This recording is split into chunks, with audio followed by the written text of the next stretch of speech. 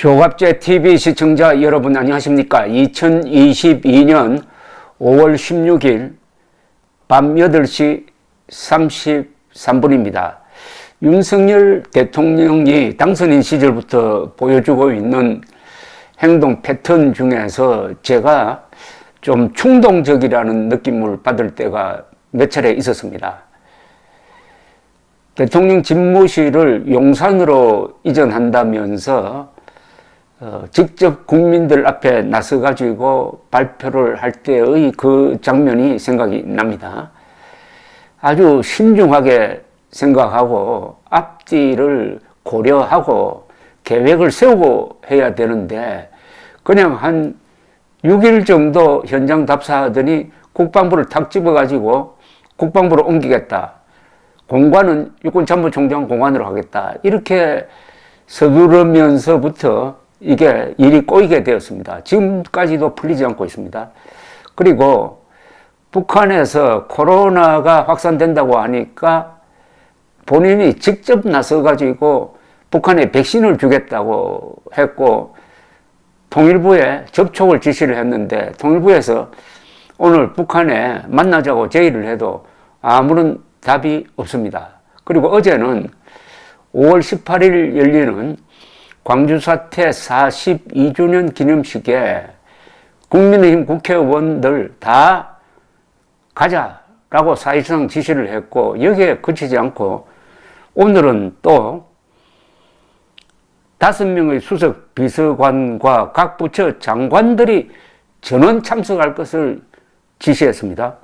대통령실 관계자는 윤 대통령이 수석 비서관들에게 기념식 참석을 지시하면서 장관들도 가급적 일정 없으면 모두 참석할 것을 당부했다고 합니다. 이것도 처음입니다.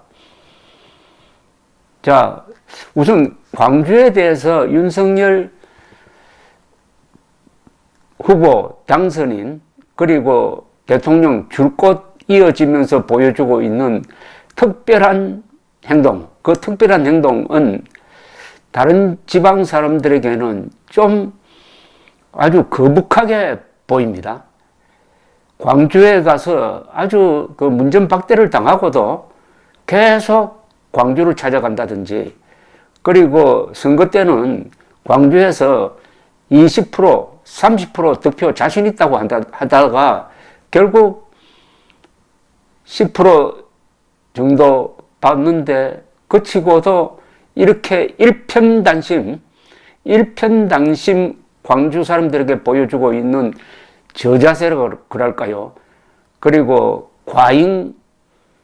과잉의전 아닙니까? 이거 일종의 과잉의전 아닙니까? 그런데 내일 가면은 당장 문제가 되는 게 임을 위한 행진곡을 부를 거냐 말 거냐입니다. 임을 위한 행진곡은 그 가사를 만든 황석영 씨의 친북적 활동 그리고 북한에서 이 노래를 대남 적화 선전용으로 쓰고 있다는 부분 그리고 그 내용이 대한민국의 민족사적 정통성이라든지 국가 정체성과 어긋난다든지 이런 걸 고려를 해가지고 이명박 정부 때는 그 앞에 부르던 것을 부르지 않았습니다. 그리고 박근혜 정부 때는 합창단이 부르면은 거기에 부르고 싶은 사람은 같이 부르고 부르기 싫은 사람은 부르지 않아도 된다는 자유의사에 맡겼습니다. 그러나 문재인 대통령이 2017년 참석하면서부터는 재창으로 바뀌었습니다. 싫든 좋든 애국가처럼 다 불러야 된다. 내일 모레 5월 18일 윤석열 대통령도 재창을 한다고 합니다. 보수 정권 최초로 재창을 한다고 합니다. 이게 과연 헌법에 맞느냐 하는 생각이 듭니다. 헌법 제66조는 대통령의 직무를 헌법 수호, 그 다음에 국가의 독립, 영토의 보전, 그리고 국가의 계속성을 강조하고 있습니다. 국가의 계속성이라는 것은 대한민국의 민족사적 정통성과 자유민주주의의 정체성을 지키라는 임무를 대통령에게 부여한 것입니다. 그런데 임을 위한 행진곡을 친북적 내용이 담겨 있는 대한민국의 정체성이나 정통성과 맞지 않는 이 노래를 본인이 부를 뿐만 아니라 다른 사람들도 다 부르도록 하는 거, 이게 과연 헌법 제10조와 맞느냐 이겁니다. 헌법 제10조는 개인의 자유를 최고의 가치로 드높이고 있는데 그 개인의 자유 중에서 제일 중요한 게 양심의 자유입니다. 나는 이 노래 도저히 못 부르겠다 라고 하는 사람까지 불러야 되고, 더구나 국회의원들까지 다 가도록, 장관 다 가도록, 수석 다 가도록 하면은, 아니 이런 시기에 맞아요, 국가 비상사태가 일어나면 어떻게 되는 겁니까? 그래서 윤석열 대통령의 행동이 충동적이라는 겁니다. 충동적으로 보인다는 겁니다. 대통령이 충동적으로 행동하면 안 됩니다. 대통령은 무거운 사람이 되어야 합니다. 그리고 실무자들이 해야 할 일은 실무자들이 해야지, 대통령이 나서가지고 북한에 백신 주겠다는 이야기를 왜 합니까? 그것은 저 통일부에 국장 정도가 하면 됩니다. 만약 북한이 안 받으면은 대통령 체면은 뭐가 됩니까? 그리고 북한이 달라고도 안 했잖아요. 그리고 북한이 지금 백신을 받을 수 있느냐 이겁니다.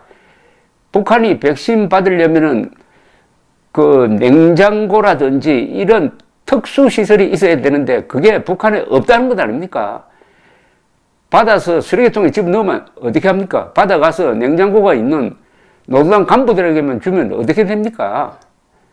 자, 이런 걸 고려한다면은 정권 교체를 이룬 점에서 윤석열 대통령에게 우리 국민들이 가지고 있는 감사의 마음과는 별도로 걱정이 앞섭니다.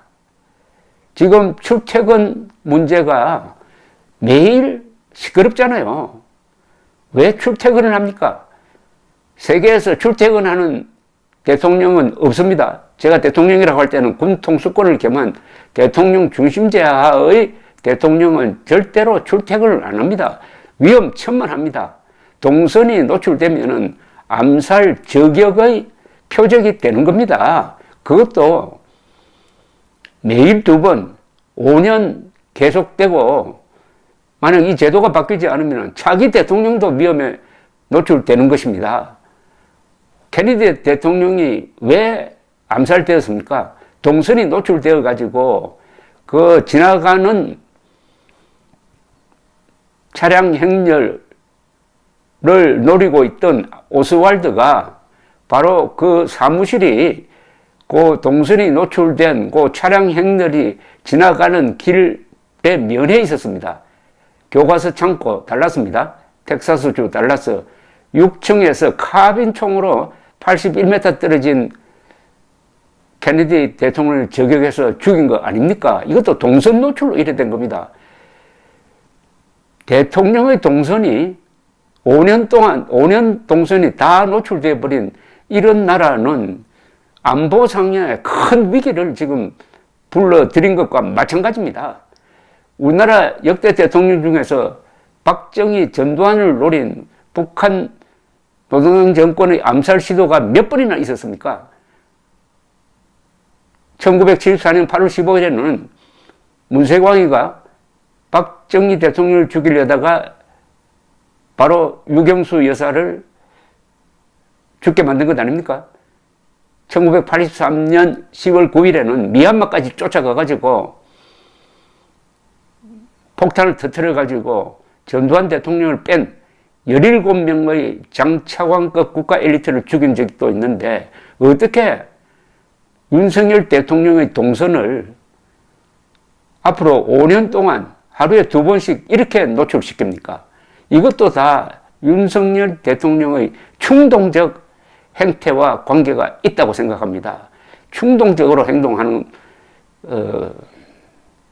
고위공직자는 이거는 그 국가의 불안 요인입니다.